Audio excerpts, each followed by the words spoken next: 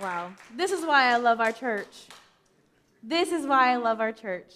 There's no other church like East Coast International Church. You guys, it is wonderful to be able to share God's word with you today, and I want to ask your permission to be soft for a second here. I've been here for the last 12 years of my life. Isn't that crazy? 12 years of my life. I know some of you guys still think I'm 20, but I'm not. But the longer I'm here, the more I fall in love with East Coast International Church. It is a gift to be able to see what God is doing in Lynn and Revere, and it really is such a gift to be here. We have an incredible church with a gifted, committed, and real team of pastors and staff. I am lucky to call myself one of them and to be able to see God use them throughout the weeks. And I just want you to know how blessed you are to have the leaders that God has given you here. And in addition to our vocational staff, it is each of our dedicated and faithful volunteers who carry out the mission of God here that make us such a great church.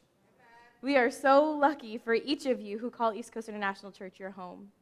I am lucky. I am blessed to be here, and I'm done being soft. Now, if there's one thing that I've learned over the last few years, is that people hate being wrong. Am I right? Is that not something we have seen tremendously? And who here loves to be right? Like, yes, all the time. If your hand's not up, you're lying. It is so satisfying. There really is nothing like it. Like, for example, when your kid or maybe your sibling challenges you on something like, Uno, the great divide between friends and family members. Can you stack, draw two, and draw fours? I know some people had to break up because they couldn't handle it, because sometimes it's just hard to be wrong. Or, there's some obscure fact that they challenge you on, and like when you're a sibling especially, when they try to tell you that you're wrong, right?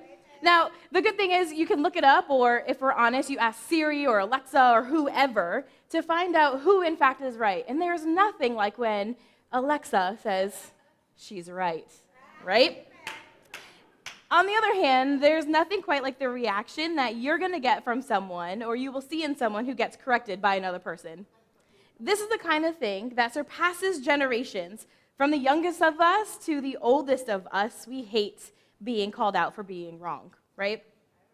Now, I know that for myself, I've adjusted my language quite a bit. I actually just did between services, because I have started to realize that I really don't know as much as I think I know. A lot of times there are these obscure facts, and I'm like, where do I know that from? I'm like telling people, oh yeah, this, and this. I'm like, is that true?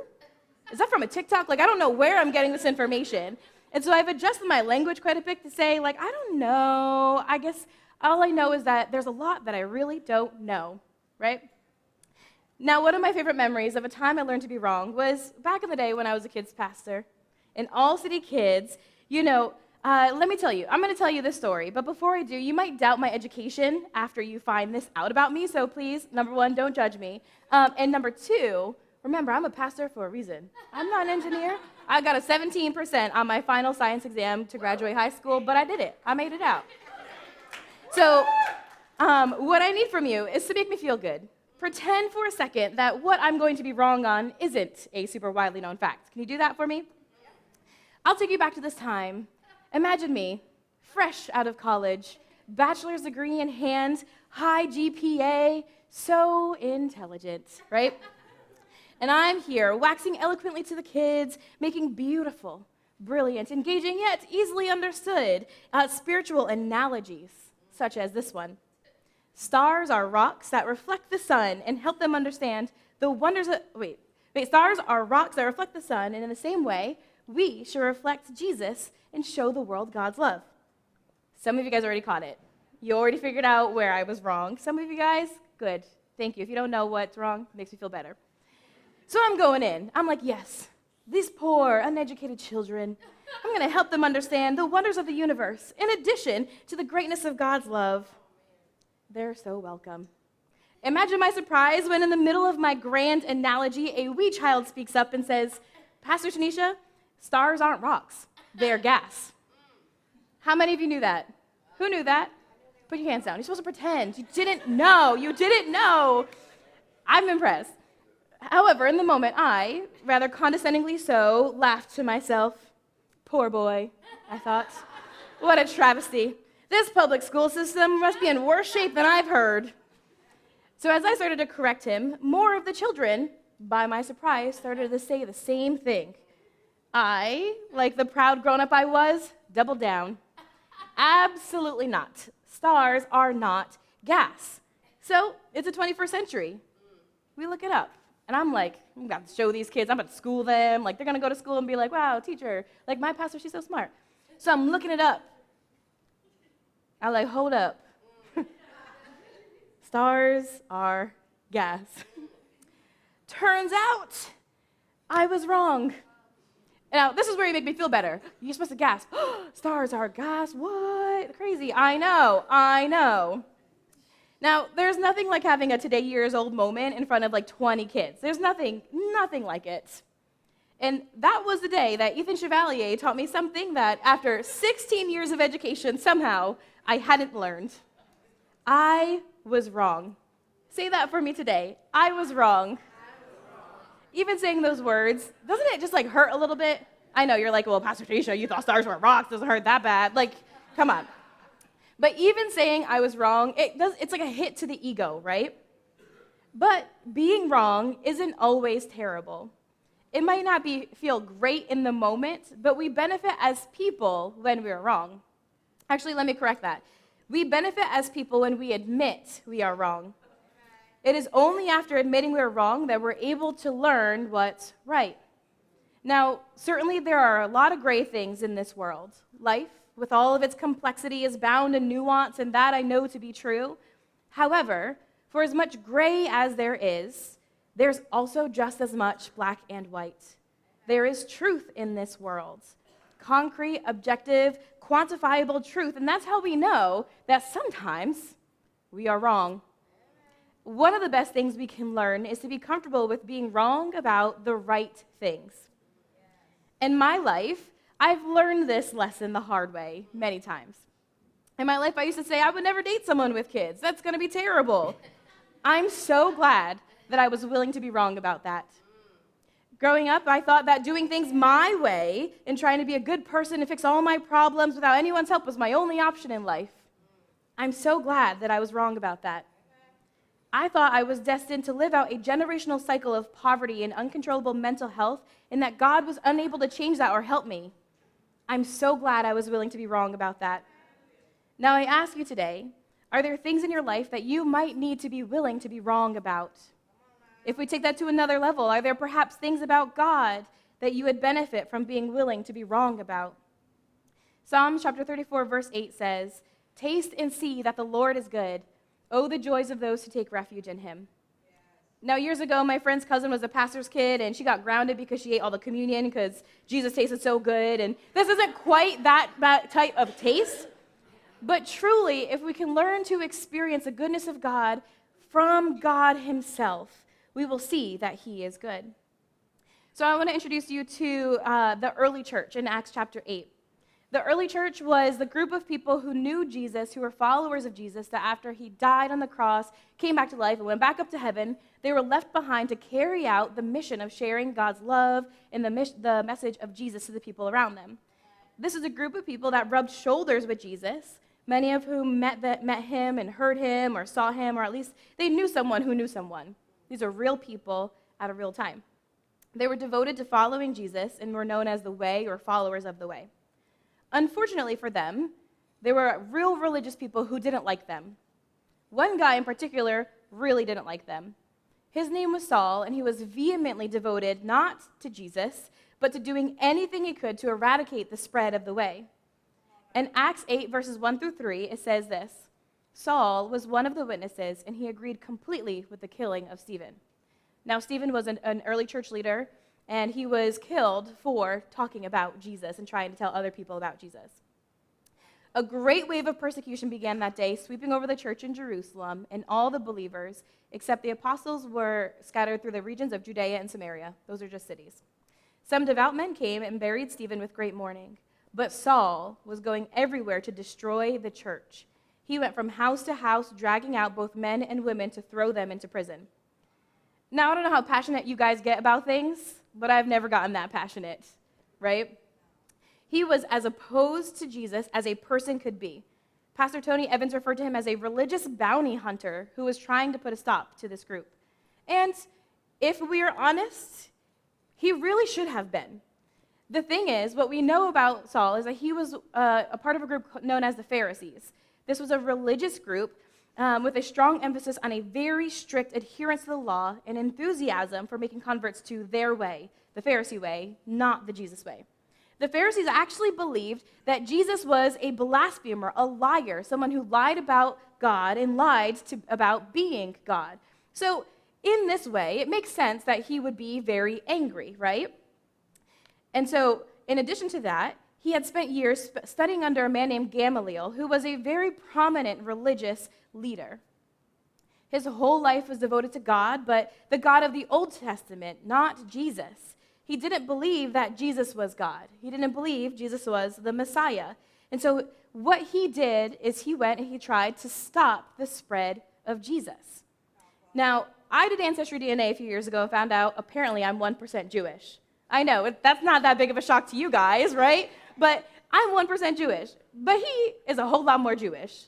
Saul was wicked Jewish, and he was so angry that Jesus would try to say that he was God. So he had to stop him for his own belief system, right? Now, this religious zeal was passionate, but he was wrong. He was wrong. In Acts 9, verse 1, it says, "Meanwhile, Saul was uttering threats with every breath and eager to kill the Lord's followers. So he went to the high priest. He requested letters addressed to the synagogues in Damascus, asking for their cooperation in the arrest of any followers of the way he found there. He wanted to bring them, listen to this, both men and women, back to Jerusalem in chains." That's intense. But God, I like saying that, but God, amen. Now, this is one of those crazy, I'm glad this didn't happen to me moments in the Bible, because what happened to Saul is as he was headed out on this chain up all the Jesus people mission, he actually had an encounter with Jesus that was really crazy. In Acts 9, verse 3 through 6, it says, "As he was approaching Damascus on this mission, a light from heaven suddenly shone down around him. He fell to the ground and heard a voice saying to him, 'Saul, Saul, why are you persecuting me?' 'Who are you, Lord?' asked Saul. And the voice replied, 'I am Jesus, the one you are persecuting. Now get up and go into the city, and you will be told what you must do.'" I'm going to make a long story short, though you can finish it for yourself in Acts chapter 9. But he goes blind, and he has to go to a real specific place, find a real specific person, do a real specific thing, who will also have to do a real specific thing, and then he will not be blind again. And this is a moment for Saul where he has to decide, is he going to be willing to be wrong about God? See, he could not follow directions, do whatever he wants, go in the other way, and just live his life as a blind man.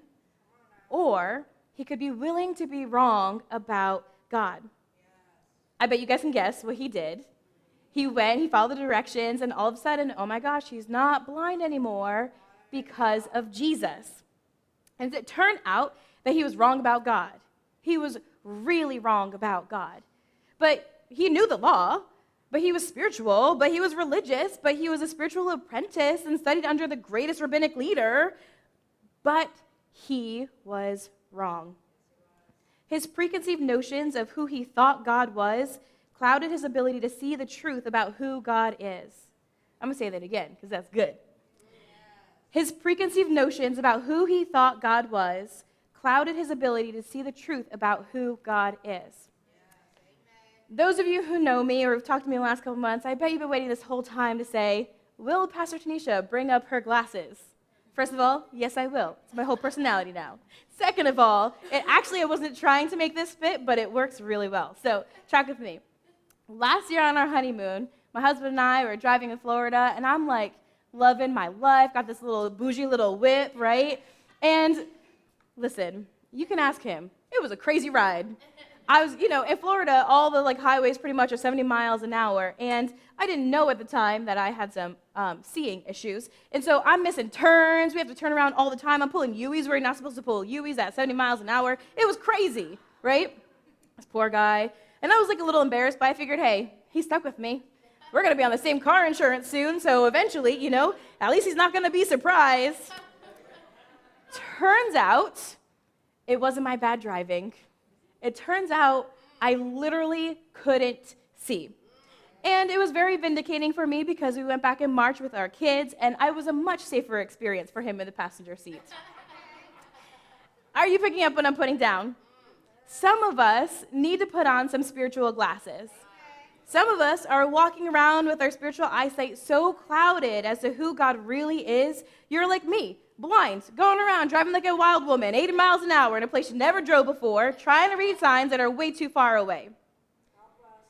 See, it's kind of like last week when I went to get my oil changed at Valvoline on Saturday, and the guy looked at me, he tested my wipers, and he said, "How do you see anything when it rains?" There are times in our lives where we have to say, let me put on my spiritual eyeglasses and see for real who God is. We have to be willing to be wrong about the right thing. And if anything you want to be wrong about, it's your wrong thoughts about God. Let Jesus show you who he really is, not whatever spiritual thought you have about what you think God should be or who someone else told you God is. I want to ask you a hard question as I invite the worship team to come on up. Are you right?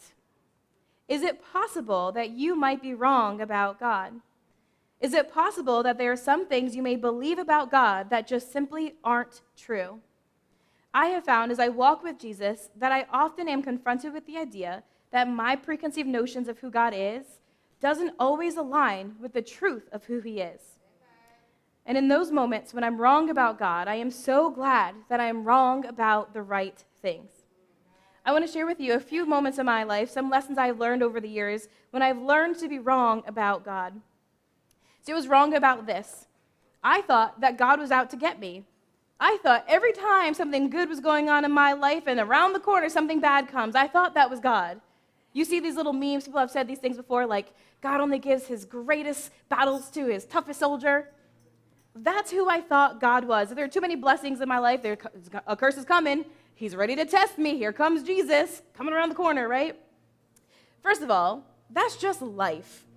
And the chaos of living in a sin-infested world full of other people with free will and their own chaos. In John 16:33, I learned the truth, where it says, Jesus said, "I have told you all this so that you may have peace in me. Here on earth, you will have many trials and sorrows, but take heart because I have overcome the world." He didn't say on this earth, I'm going to give you trials and sorrows. He didn't say that. He said you will have trials, right? In John 10:10, with the kids, I used to tell them this all the time because I wanted them to be able to know who God was and what God was doing in their life. John 10:10 says, "The enemy comes to steal, kill, and destroy. But I, Jesus, have come to give you a rich and satisfying life." So many times in our lives we have something going on and we're like, well, this is God. Is it? Is it giving me a rich and satisfying life? Or perhaps if it's steal, killing, and destroying you, is it coming from someone else, right? Thank God I was wrong. And I was wrong about this. I thought that God wasn't really involved in my life. And I didn't think that he had good things ahead of me or that as I follow him, he will direct my path. In Proverbs 16:9, I learned it says, "We can make our plans, but the Lord determines our steps." Does that sound like a God who's not involved? Thank God I was wrong. And I was wrong about this. I thought I had no place in the church. I wasn't gifted or skilled or wanted. Years ago, I had gone on a missions trip. I was doing my internship, and the pastor sat before me and our group of people and said, "All right, tell me, what do you guys bring to the table?" We have musicians, builders, incredible communicators, all these people. And he comes to me and says, "All right, what do you bring?" And I said, "Well, I can't sing. I really can't sing. I'm uncomfortable. I'm nervous with people. I don't really like kids at the time." So I just was like, I have nothing to offer, but I can smile. It was so insignificant at that moment because I really believed that I had nothing to offer the church. But I learned in 1 Corinthians 12:17, it says, "Now you are the body of Christ, and each one of you is a part of it." I'm so glad I was willing to be wrong about that. And I was wrong about this. I thought that God wasn't able to help me through exceedingly difficult situations that were overwhelmingly impossible to walk through. But in 2 Corinthians chapter 12, verse 9, I learned, each time he said this, "My grace is all you need. My power," it's God's power, "works best in weakness. So now I am glad to boast about my weaknesses so that the power of Christ can work through me." I am so glad. Thank God I was wrong. Thank God I was willing to be wrong about that and to say, you know what, there are some wrong thoughts I have about God. Please, God, show me the right way. Show me the truth. And you know what? I could go on and tell you all the things that I'm wrong about, because the reality is that the Bible is full of truth about Jesus. And the good news is this: God has shown us who he is through giving us Jesus and giving us the Bible. They are gifts to us. And I'm going to invite you guys to stand on up this morning. See, I believe that God wants to shatter these lies today. He wants to show you the truth about who he is. Sometimes those lies run deep, and sometimes we need God just to humble us and help us to be more willing to be wrong about the right things. So as we sing this last song, if you need to come to the altar or spend some time inviting God to dispel those lies that you may believe about him and his character or what he thinks about you, we're going to take the time to do that.